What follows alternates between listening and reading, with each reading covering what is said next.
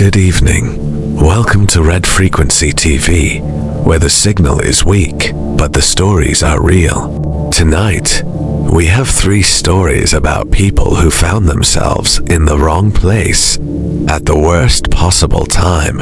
A gas station that may not have existed, a delivery that led someone to a house that was supposed to be empty, a road that should have never been taken, and a motel room that officially didn't exist. These aren't stories about monsters hiding under the bed.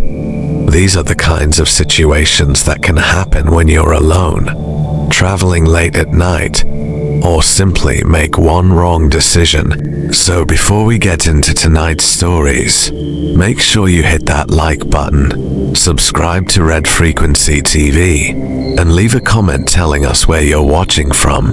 We're currently at 92 subscribers, and we're on the road to 150. Every subscriber, every like, and every comment helps us keep these stories coming. Now turn the lights down, put your headphones on, and whatever you do, don't ignore the warning signs. Let's get into it. The person who sent this story asked us not to use their real name. They said it happened during a road trip in October. They were driving alone through a rural part of Pennsylvania after visiting their cousin.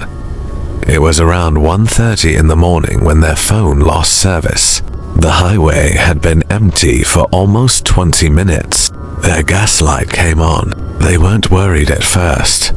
Their GPS said there was a gas station about 6 miles ahead. Then the GPS stopped updating. The road narrowed. There were no street lights anymore, just trees on both sides. A few minutes later, they saw a sign ahead. Gas. 1 mile. They were relieved. When they turned into the station, everything looked normal. 2 pumps, a small convenience store, a lit sign above the building, and one older man standing behind the counter.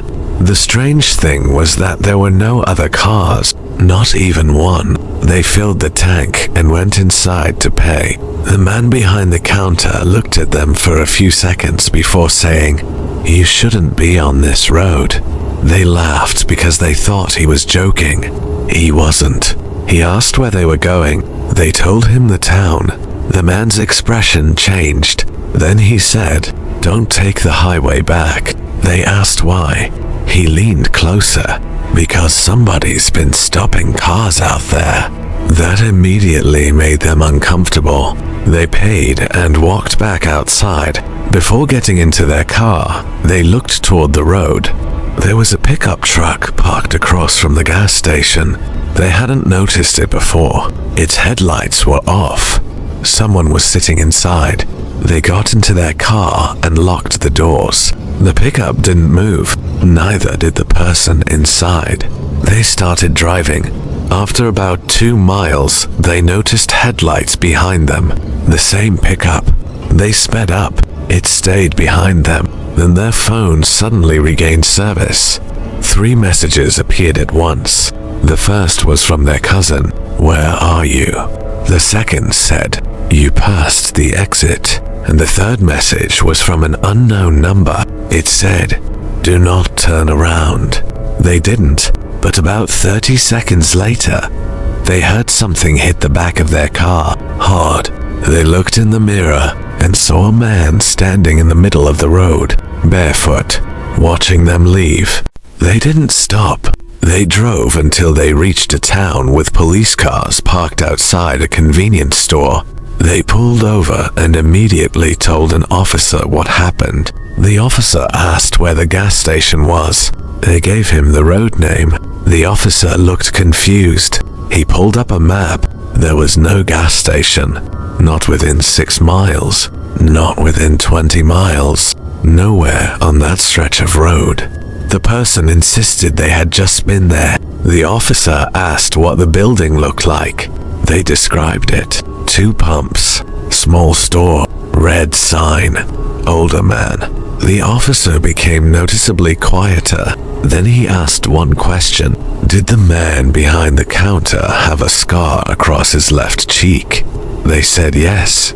The officer walked away and spoke to another officer. When he returned, he told them something that made their stomach drop. There had been a gas station on that road. It closed in 1998 after the owner was murdered during a robbery. The building had been demolished years later. The officer pulled up an old newspaper photograph. It showed the former owner, the same man, same scar, same face. The person asked if the pickup truck could have been following them. The officer said they had received several reports over the years about vehicles being followed on that stretch of road. But there was something worse. The officer checked their car. There was a fresh dent in the rear bumper. Inside the dent was a piece of metal. It looked like part of an old license plate. The officer took it as evidence. Before leaving, the person asked him one last question. If the gas station isn't there anymore, the officer didn't answer. He just said, "Don't drive that road again." 3 days later, the person received a photograph on their phone. No message, just the picture. It showed their car sitting at the gas station, taken from behind. The picture had been taken the same night. The person hadn't taken it, and in the reflection of the store window, the old man was standing behind them, watching.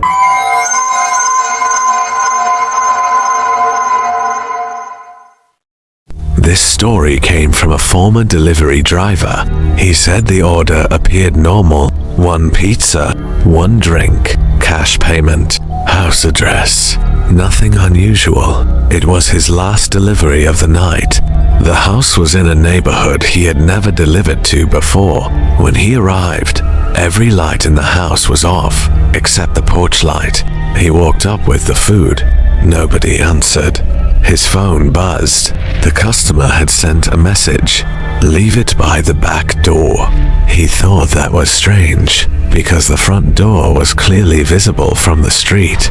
Still, he walked around the side of the house. The backyard was completely dark. He found the back door. There was a note taped to it. "Please knock." He knocked. Nothing. Then he heard movement inside. Someone walking. Slowly. The driver stepped back. His phone buzzed again. "You can come in." He immediately called the customer. The call connected. Nobody spoke. He could hear breathing. Then the line disconnected. He decided to leave. As he walked toward his car, he noticed something.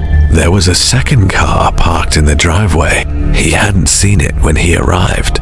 The windows were completely black. He got into his car and locked the doors. Then his delivery app refreshed. The order had been marked delivered. He hadn't done that. He checked the customer's address. Then he noticed something he'd missed.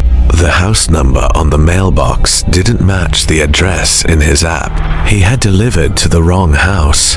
He called dispatch. The dispatcher told him to stay in his car. Then she asked him to send a picture of the house. He did. A few seconds later, she called him back. Her voice sounded different. She asked, "Are you still there?" He said yes. She said, "Drive away." He asked why. She answered, "That address has been empty for almost a year." Then someone knocked on his driver's side window. He didn't look. He locked the doors again and started the engine. The knocking stopped. He drove away without looking back. When he reached the main road, dispatch told him to pull into a well-lit parking lot. Police met him there. They explained that the actual homeowner had moved out 8 months earlier. The house had been sitting empty. No electricity, no working phone line, no tenant. They went back with him. The front door was still locked, but the back door was open. Inside, the house smelled like garbage. The officers searched every room. Nobody was there. Then they found something in the kitchen, a pile of delivery menus, dozens of them, from different restaurants, all with handwritten notes beside them, dates, times, names. vehicle descriptions. The officers found a notebook underneath the menus.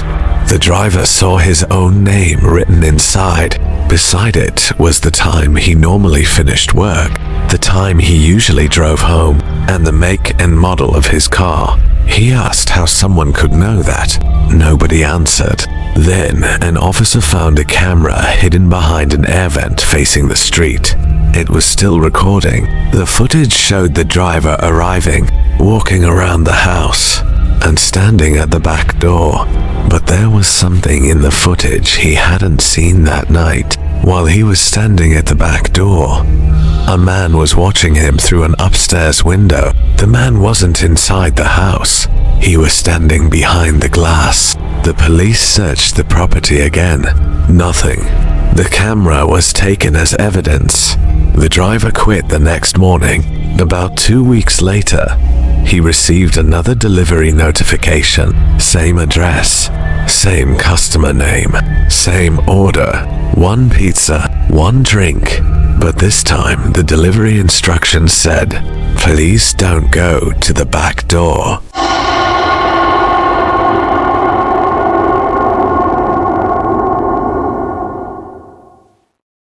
A man sent us this story after refusing to give his location.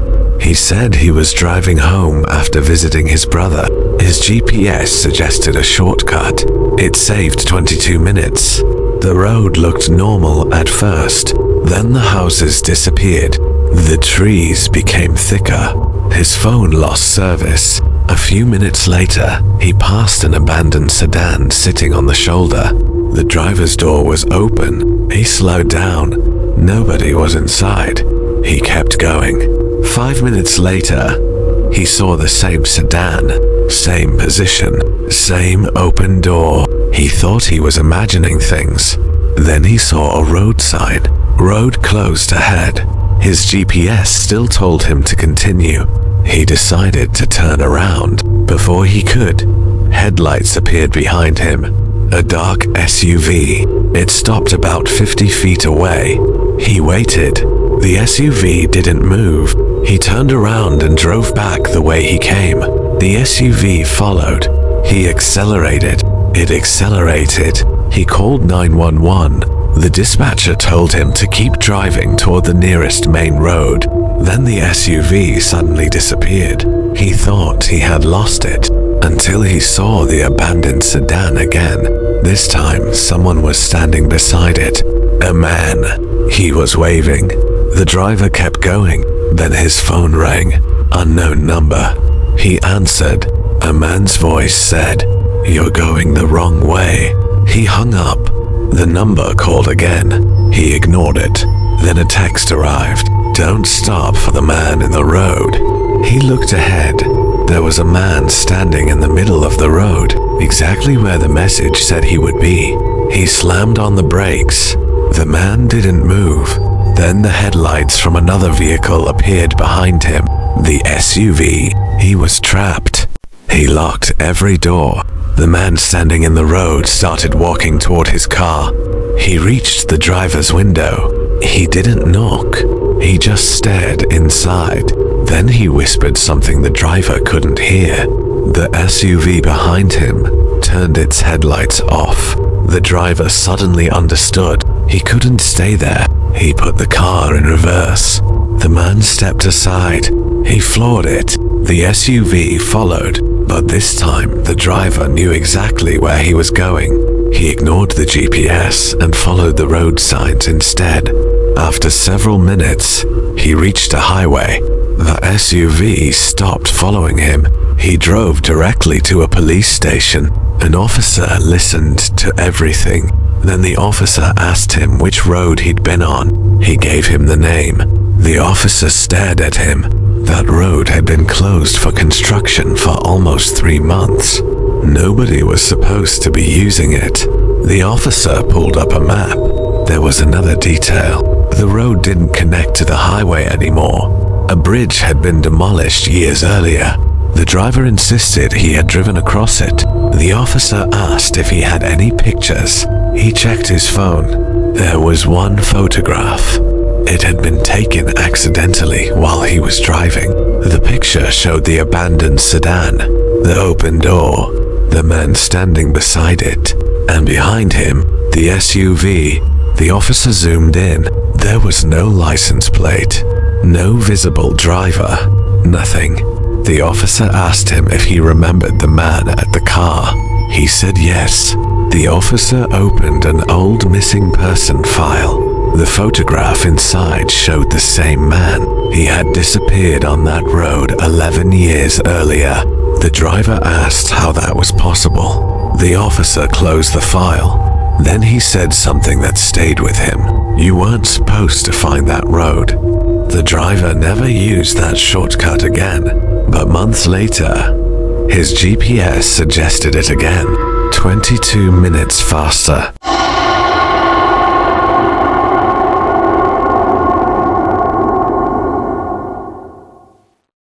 The traveler had been driving for almost 10 hours.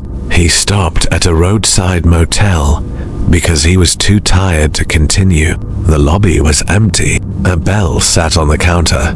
He rang it. After about 30 seconds, a woman appeared from the hallway. She gave him a key. Room 214. He asked if the motel had many guests. She said, not tonight. He carried his bag upstairs. The hallway was strangely quiet. There were only 4 doors. He unlocked his room. Everything looked normal. Old bed, small television, bathroom. He took a shower and went to sleep. At 2:17 a.m., someone knocked on his door 3 times. He sat up. Another 3 knocks. He looked through the peephole. Nobody.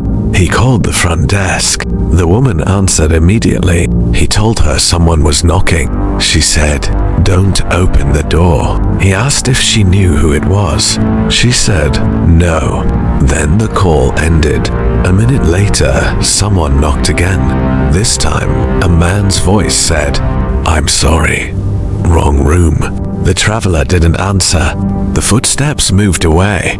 He looked through the peephole. The hallway was empty. Then he noticed something. The carpet outside his room was wet. There were footprints leading toward his door. Bare feet. He called the front desk again. No answer. He checked his phone. No service. Then the television turned on by itself. The screen showed the motel hallway. Live. He could see his own door, and someone was standing directly outside it. But when he looked through the peephole, the hallway was empty. He stayed away from the door. The television continued showing the hallway. The figure remained there, completely still. Then the image changed. It showed the inside of his room. He could see himself sitting on the bed. The camera angle was from the ceiling. He looked up. There was no camera. He grabbed his bag and ran toward the window. It wouldn't open. He tried the door. The deadbolt wouldn't move. He called 911. No service. Then someone whispered from the bathroom, "Sir." He froze. The bathroom door was closed. He hadn't heard anyone enter. The voice came again. "Sir, are you okay?" It sounded exactly like the woman from the front desk. He backed away. Then the bathroom door slowly opened. Nobody came out, but there was a bloody handprint on the inside of the door. He ran back to the television. The hallway camera was still showing his door. The figure outside had disappeared. Then the screen displayed something different. A room number, 214. Underneath it was a date, 11 years earlier. He suddenly remembered something from the lobby. The woman had never asked for his name. She had never asked for payment. She had simply handed him the key. He looked at the key. On the back was a number, 214. But underneath it, scratched into the metal, were 2 words, "Don't sleep." He broke the window with a television remote and climbed outside. He landed on the pavement and ran. When police arrived, they searched the motel. There was no woman at the front desk, no guests, no working cameras, and there was no room 214. The motel only had 12 rooms. The traveler showed police the key. They found an old photograph in the motel office. It showed the building 11 years earlier. There had been a second floor, and room 214 had existed. A guest had disappeared from it. Nobody ever found him. The motel was renovated afterward. Room 214 was removed, but the traveler still had the key. And according to him, sometimes when he's driving late at night, his GPS suddenly shows a motel that doesn't exist, and the estimated arrival time always says 22 minutes.